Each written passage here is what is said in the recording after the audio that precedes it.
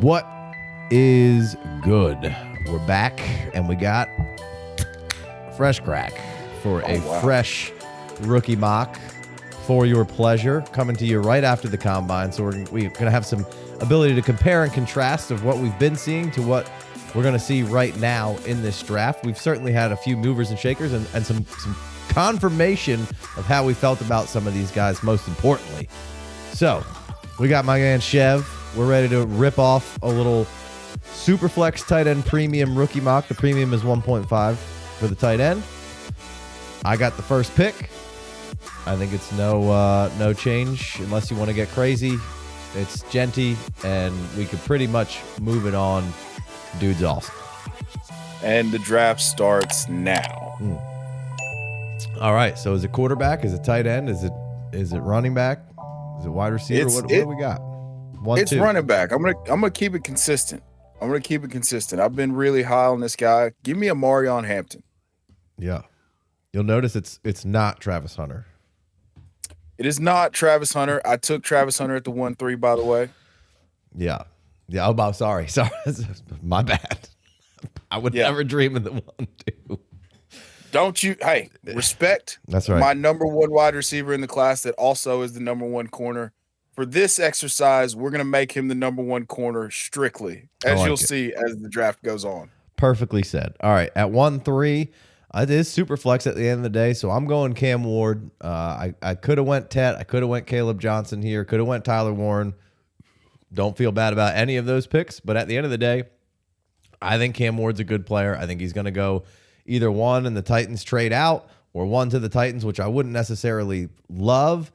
But worst case scenario, I think he goes 2 to the Browns, which I would absolutely love. And I think Cam Ward's a very good player. I don't understand the shade on, these two quarterbacks at the top. And then for some reason, Jackson Dart just gets praised with compliments where these other two guys are really good.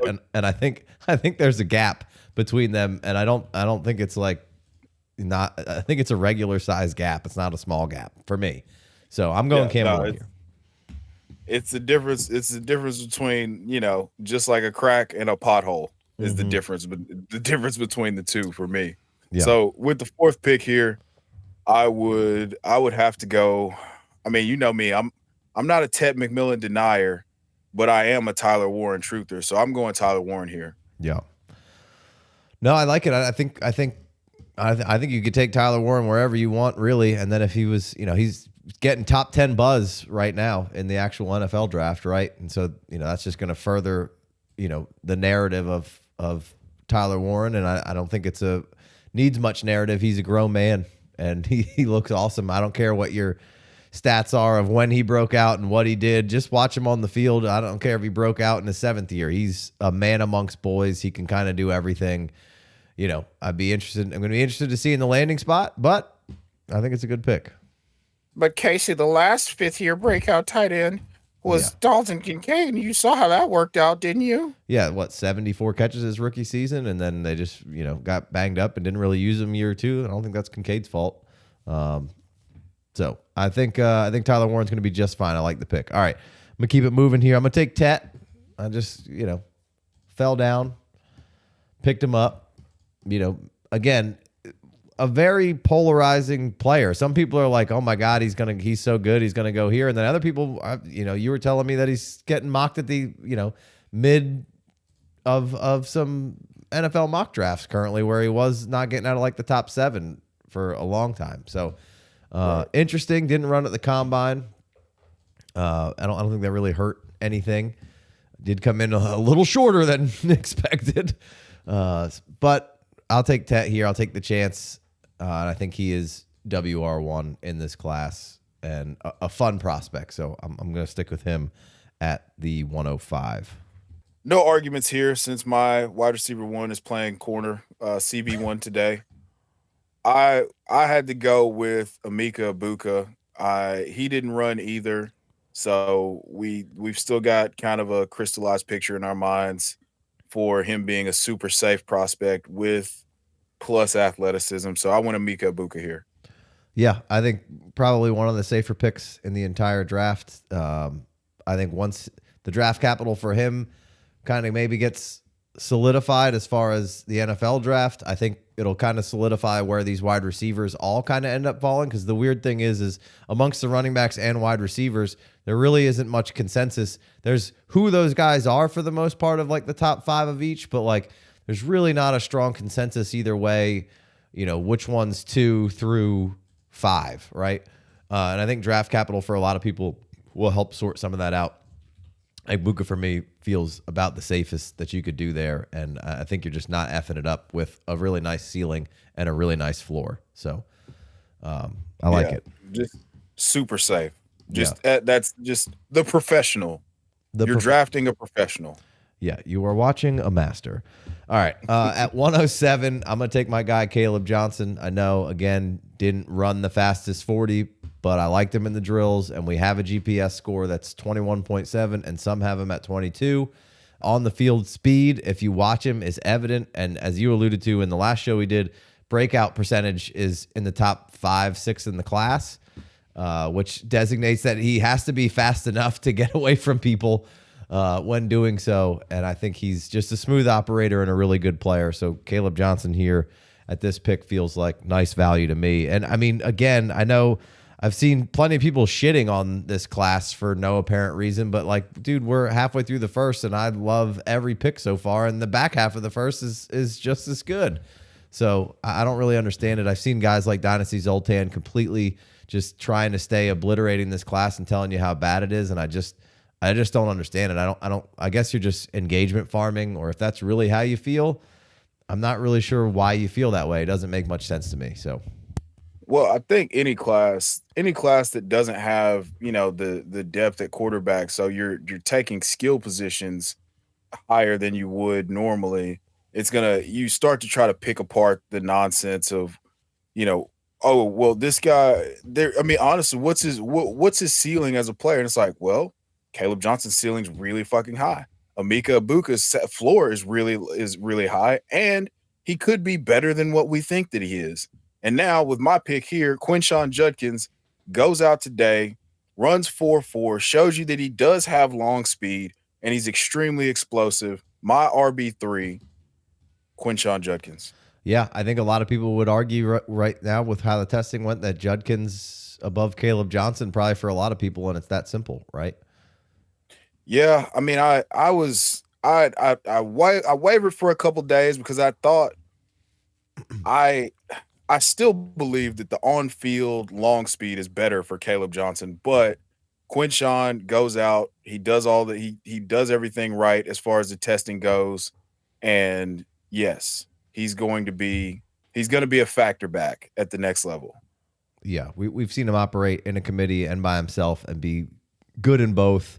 And just the amount of tenacity, and I quoted Dr. Phil in my breakdown of him of, when you're a hammer, everything's a nail, and that dude's just a fucking hammer, man. He just comes out and brings it to you and sets a tone on the field that is, when the best teams in the league have some sort of persona and set tones, and he's for getting to go to a place with already a decently established culture, he could really put it over the edge with just kind of what he brings and the level he brings it to on the field. And you saw it all through the college football playoffs. Like, he was so hyped every time, even a pass protection or finishing runs or whatever he was doing on the field, he was taking pride in it and getting in people's faces and pounding his chest. But and he's not a guy with that. You're like, all right, man, shut the fuck up. You're like, all right, that dude's a difference maker, and he knows it, and he's going out there and telling you and getting under your skin. That's a guy that you hate playing against, but if you have him on your team, he is the Energizer Bunny to the hype the pulse of the team. Like, he's the one that gets everybody going and sets the tone. Yeah. So yeah.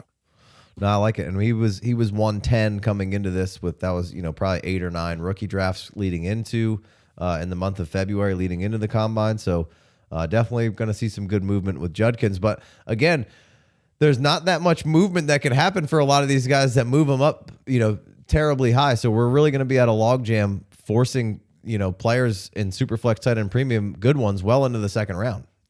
don't really understand the hate on the class. And meanwhile, these guys are when they're checking analytical boxes, are excited about like one wide receiver 2 season, and that's your threshold for success, and you're excited about it. Like, that's not, I don't care about that. Whatever. Like, come on, man. This is nonsense. Anyway, we got some good metrics coming your way. We'll have all the kind of nerd stuff for your pleasure, and we'll be able to provide context with it and why it's important. So at 109, I'm going to take the other Ohio State running back in Travion Henderson. Explosive, electric player. I think next to Genty has like the most cat-like speed and reflexes of short area burst and long speed combined, and just makes him a really exciting player. Home run hitter at any point in time. I believe he touched like 23 miles per hour today while he was running around out there. So, the speed's for real. I really like what possibilities and landing spots will be open to Travion Henderson.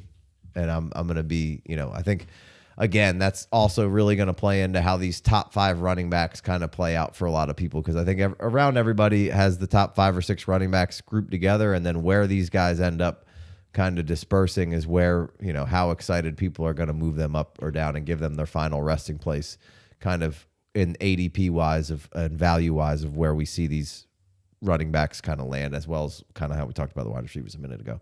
All right. Yeah. What do you got?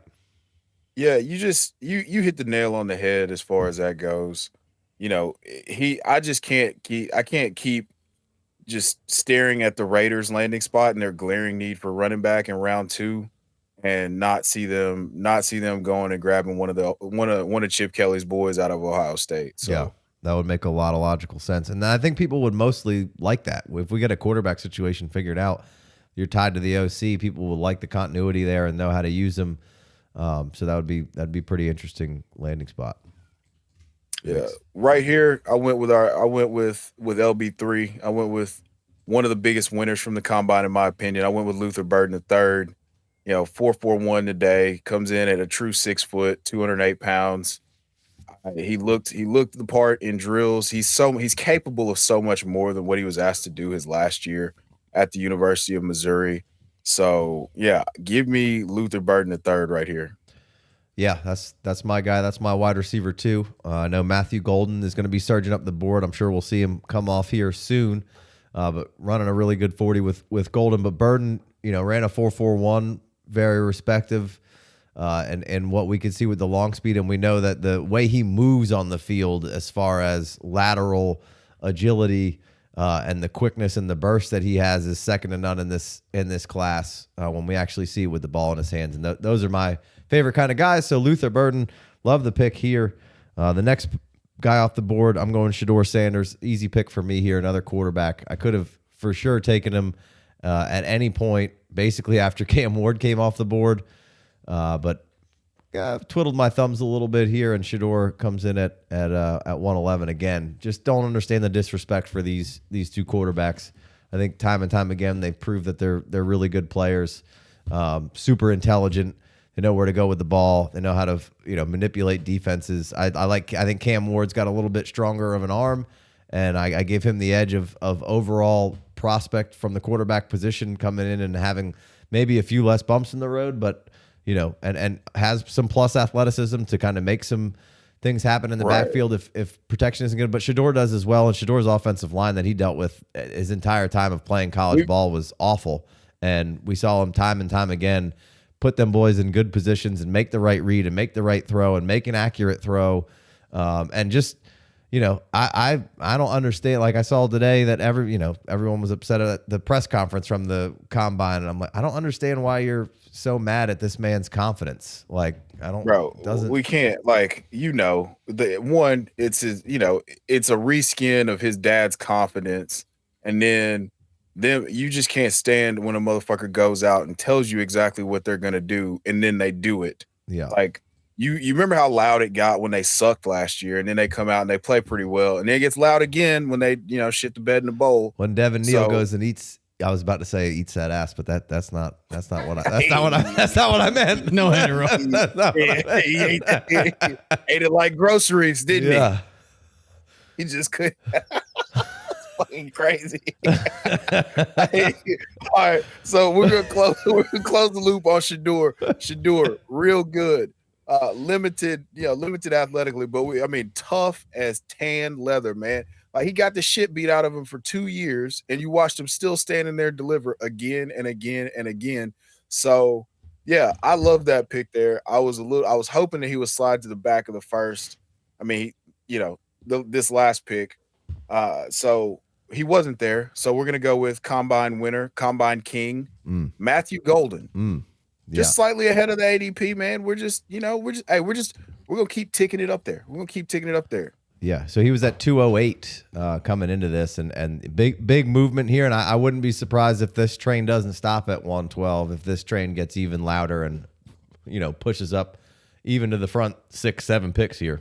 Yeah, no, I mean, it's if he climbs into the front end of the first round, like we're talking about him probably going ahead of Caleb and Quinshon and Travion. And being potentially the wide receiver 2 off the board. Mm-hmm.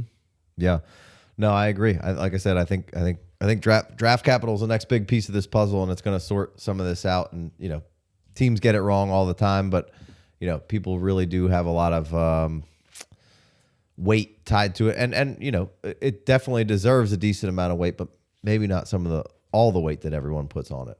But yeah, Golden's certainly going to be surging here. All right, so.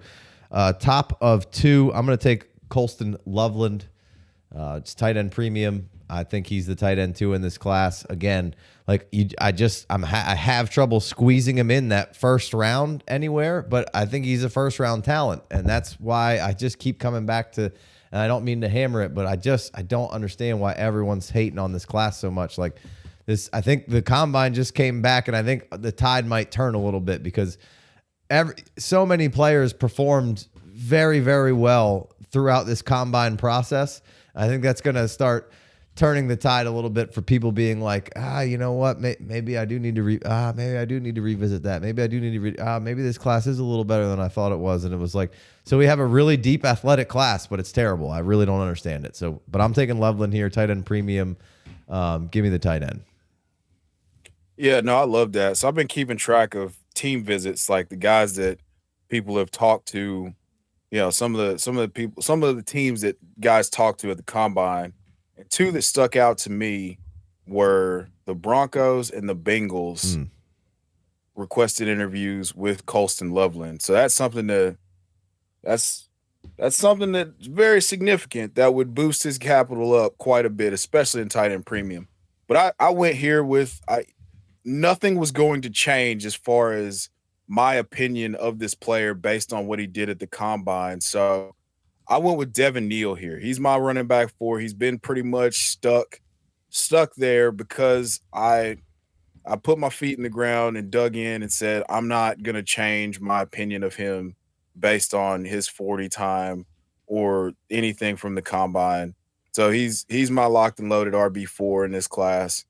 And yeah, I love Devin Neal. What'd you say? What'd you call Egbuka, the professional?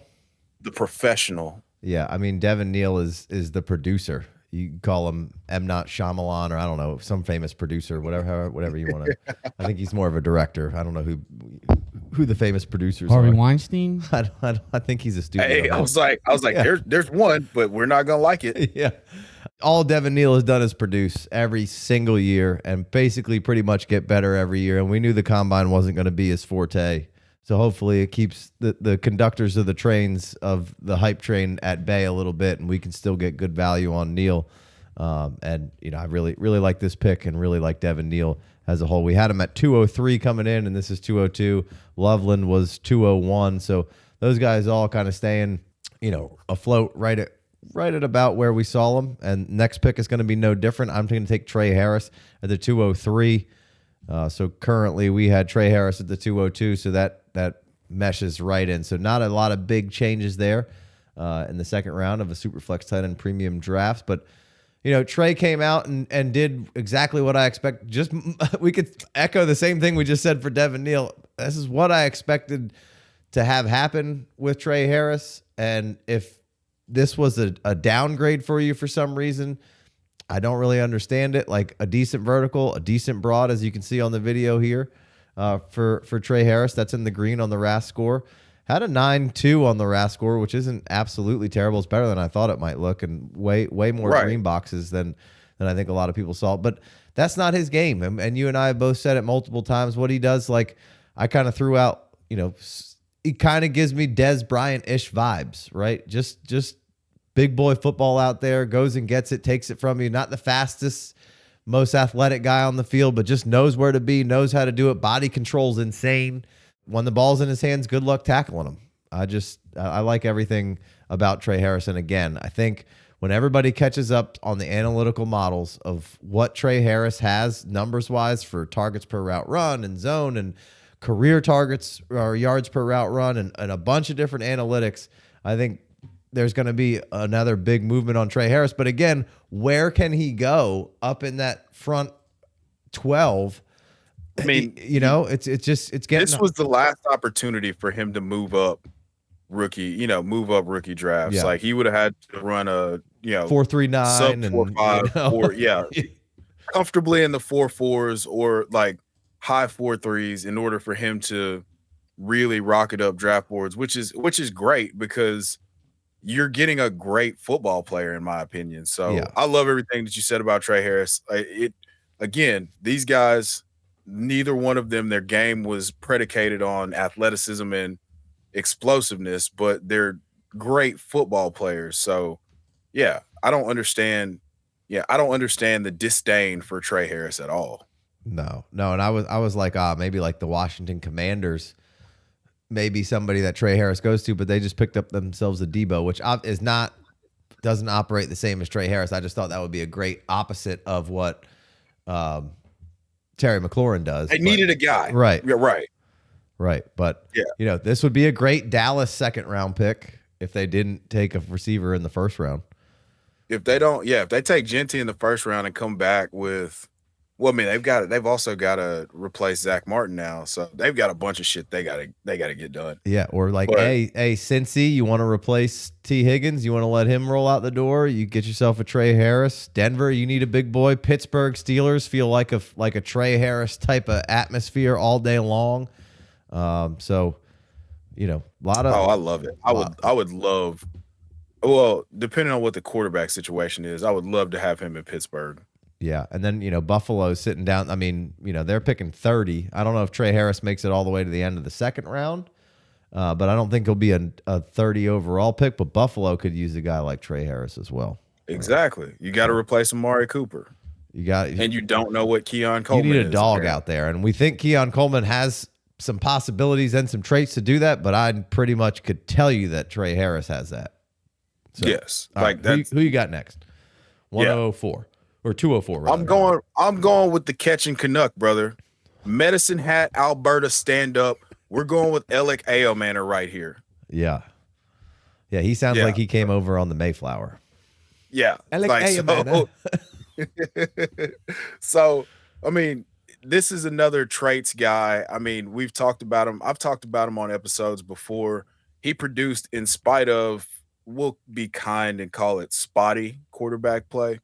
And he goes over 1,000 yards his junior year. He goes over 800 his senior year. I was thrilled with what he put on from a testing perspective today. And I think that this is one of the guys that I think is big, strong, fast, and is going to immediately have an impact if he lands somewhere where there's a vacated target share to be had. Yeah.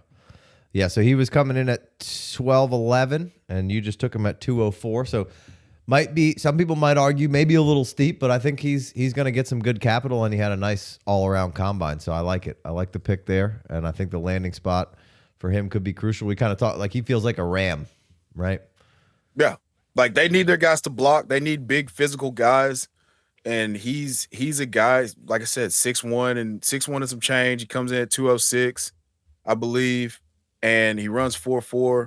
Like the way that they condense their splits with the Rams, and they're going to be able to use him in motion, or basically him being the Cooper Kupp replacement, Puka stepping into that Cooper Kupp role, him stepping into the Puka role. He could do he could contribute in a lot of ways and add an element of physicality and verticality back to the offense that the Rams believe Cooper Kupp lost at some point. So yeah, that would be a fantastic landing spot for him.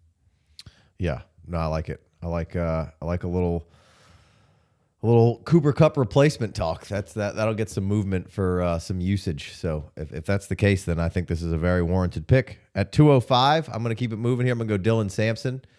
Didn't come out and run the 40, but I thought the drills were really good at the combine, and I like the tape.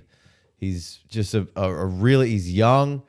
He's powerful for him only being in the 200 range. He had 22, I believe, touchdowns. Single season record. Yep. For Tennessee.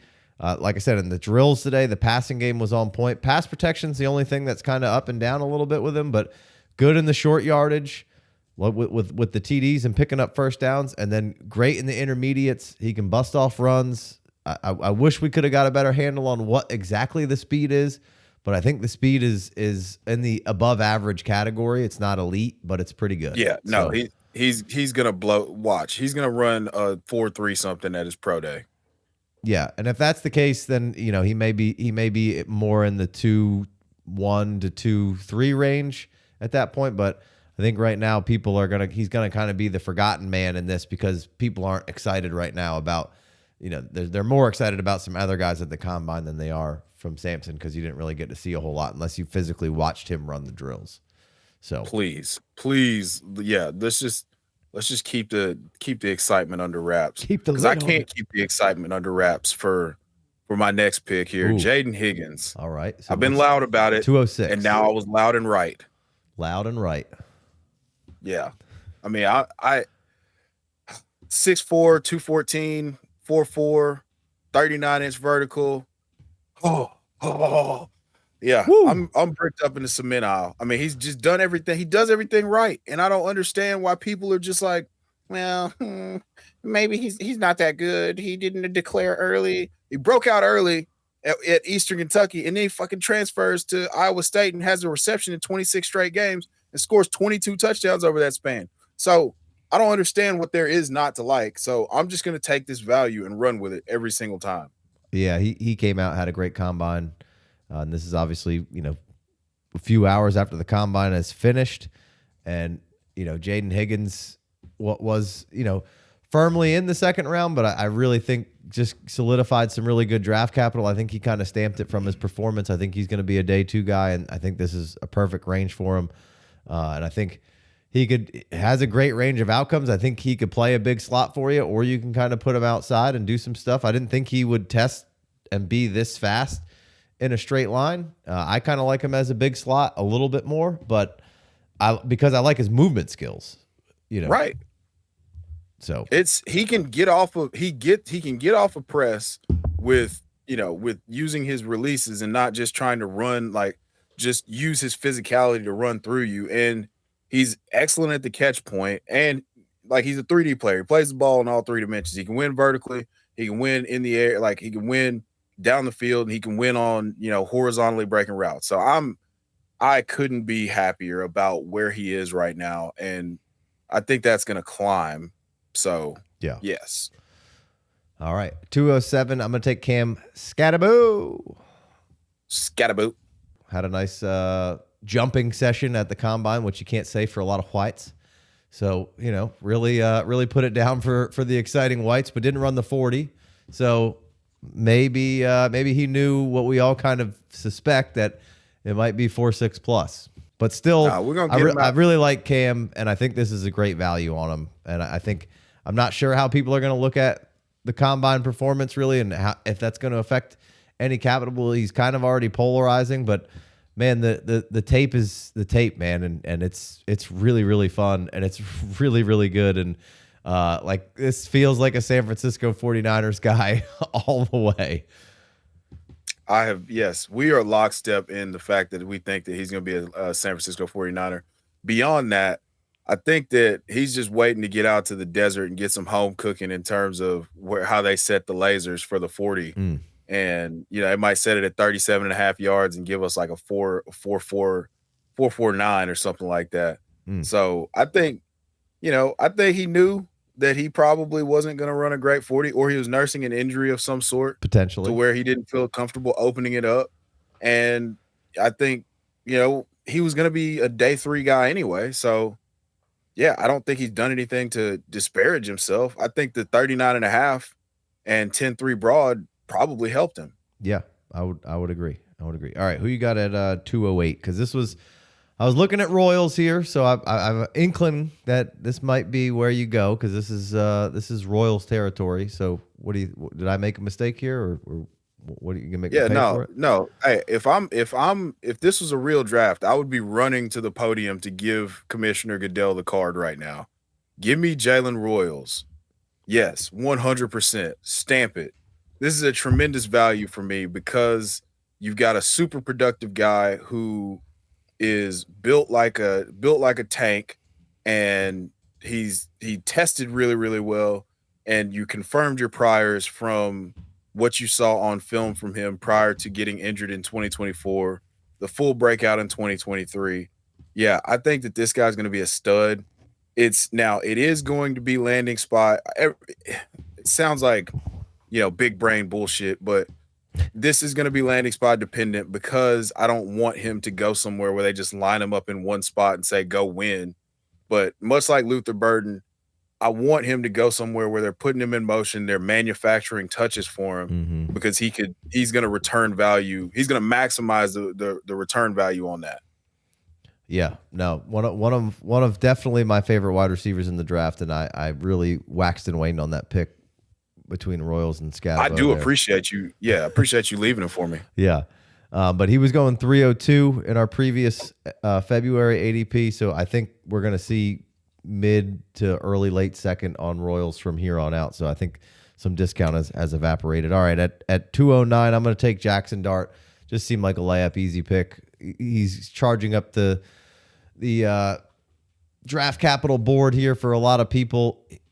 I'm not as excited about him as everybody else. Could be completely wrong. I would say quarterback is the position that nobody's ever figured out how to evaluate it anyway. Even the best of the best is pretty much a 50-50 proposition.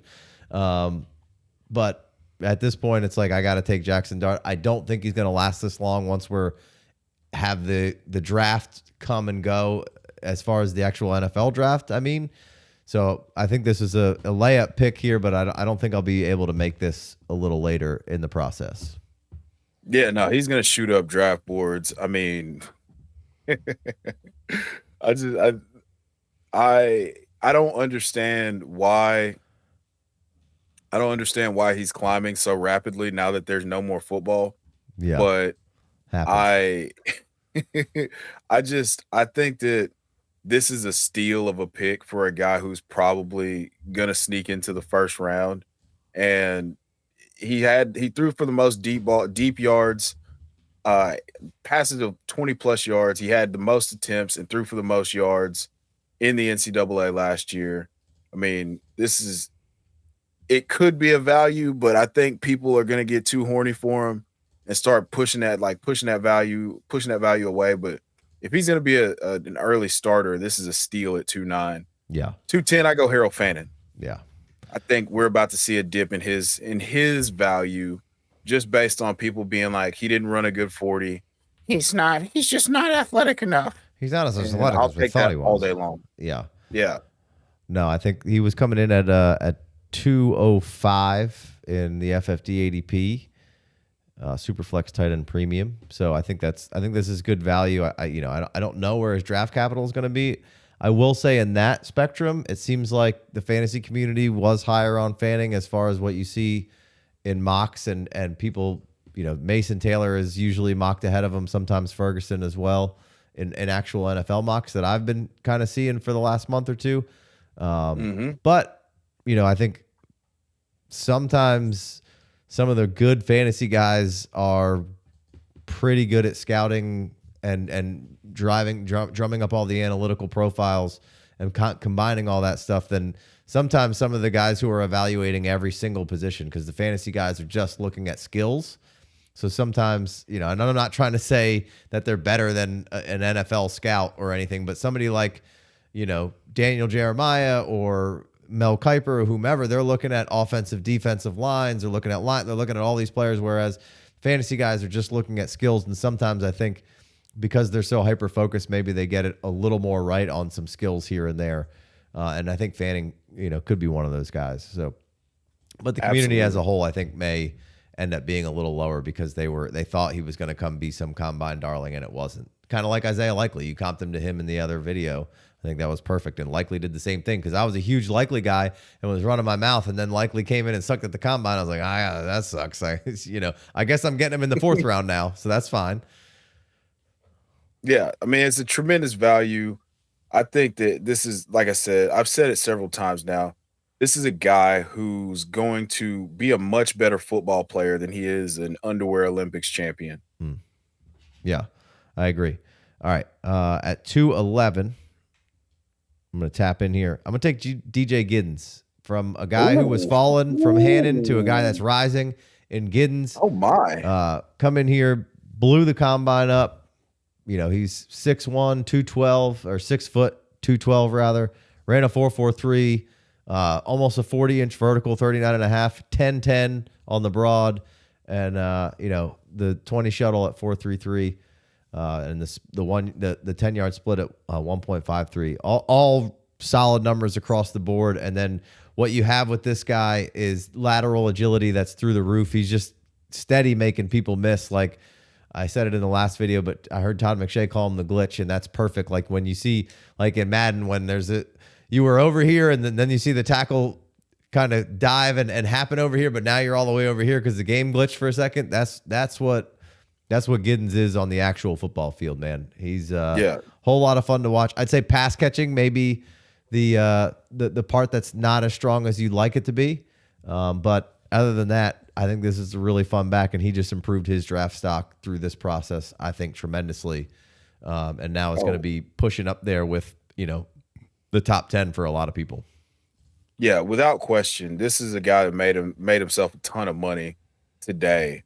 And it's one of those things where you have to reevaluate what you were evaluating with him in the first place, because I was thinking that he and Devin Neal would run similar times based on the amount of tape that I've watched, and said, oh, like maybe these guys are just better football players than they are athletes.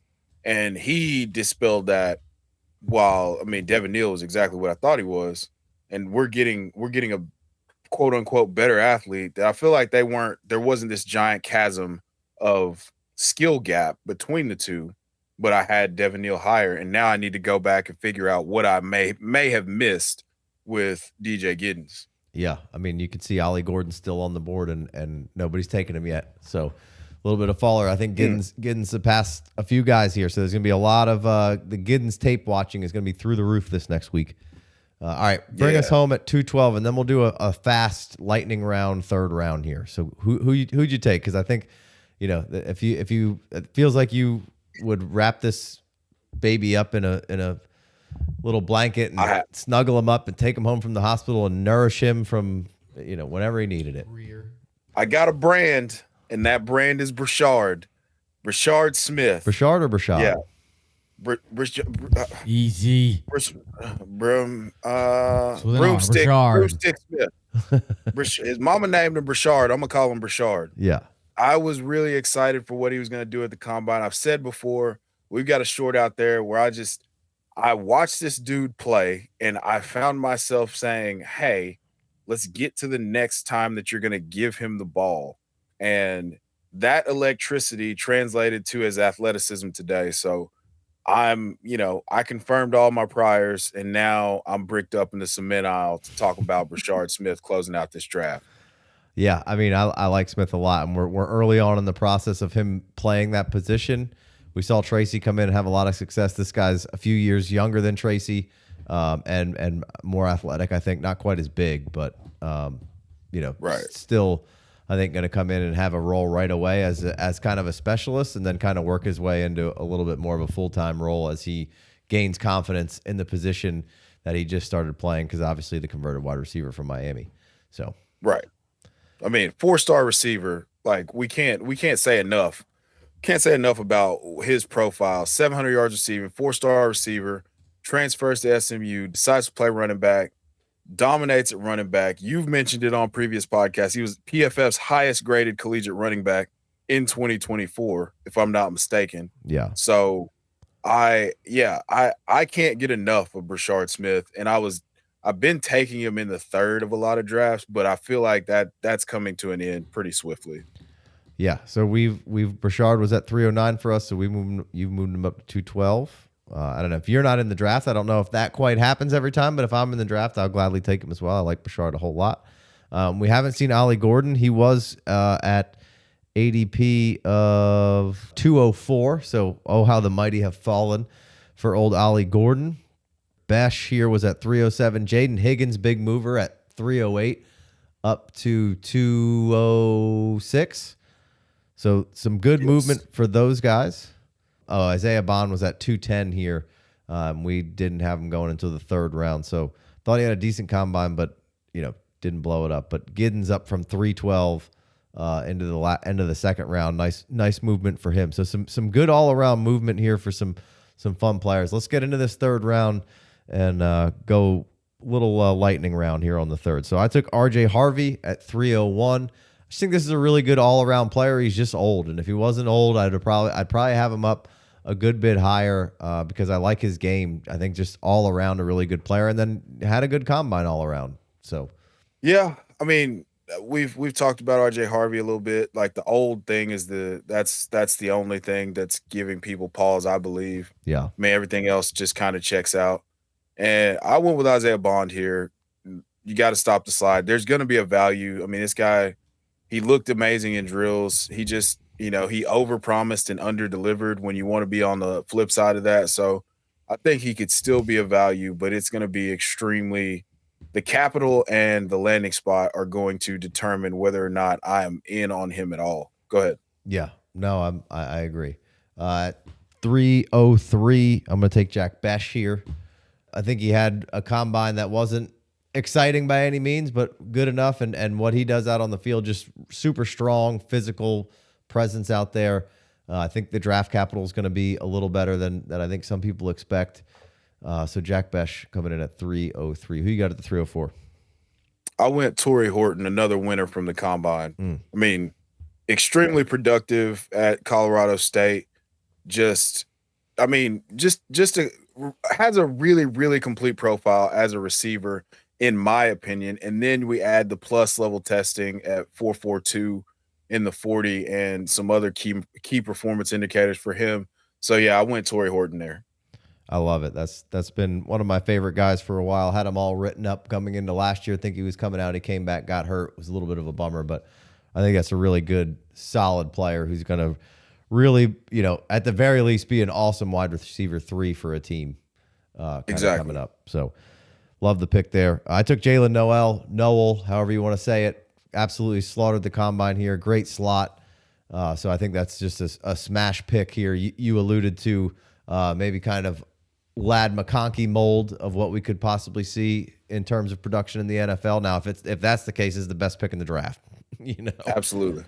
So I like Noel there at 306 or 305 rather.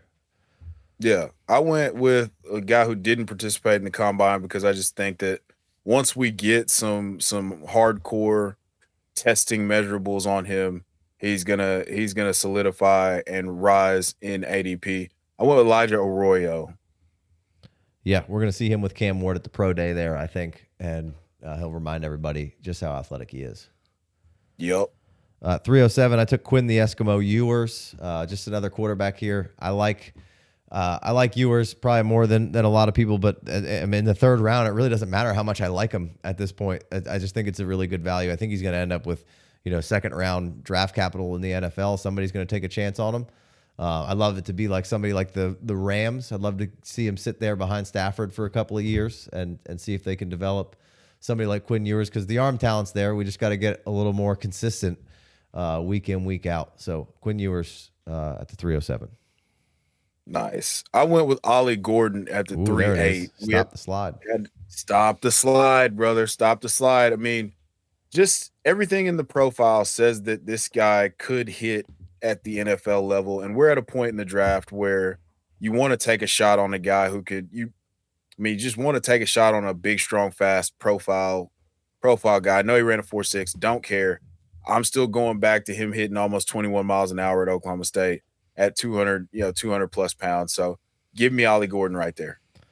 I like it. I mean, at some point you got to take him. I think you could have taken him anywhere you want in the back half of the second, early third, and still be a good value. I took Xavier Restrepo at the 3.9, just another really good slot. The tape is good, really tough to bring down. I think he's a really solid route runner.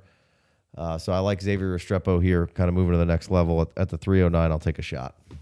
He's the king amongst all statistical acclamation or accumulation at the University of Miami. So yeah, I love that pick there. I went with his teammate. I went with Damian Martinez at the 3.10.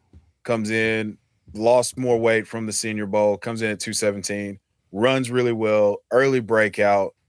And I think that fit is going to be extremely, extremely important for him because he's going to be a day 3 guy. So he could go somewhere and depth chart, injury, but he's a guy that I feel like could contribute to that early down role, or if he's given like a short yardage goal line role and return some value immediately. Yeah, somebody like the Chargers late that Greg Roman gets like some bigger back in there for, switch things up with. I feel like that would be a fun fit. At 3.11, I took Mason Taylor. Just got I think there's going to be good draft capital on him. I think there's some good genes, some good Levi's, as we say on the show. Had a decent little combine. And so Mason Taylor, tight end premium, and end of the third, I don't think you can go wrong there. So I took Mason Taylor. Bring us home at 3.12. Who are we taking? Combine King, Bay Schultz-Tootin, Virginia Tech running back, 5'9", 206, comes in, runs a 4.32. We knew he was fast as hell, and then he just put everything else together. 10-10 broad jump.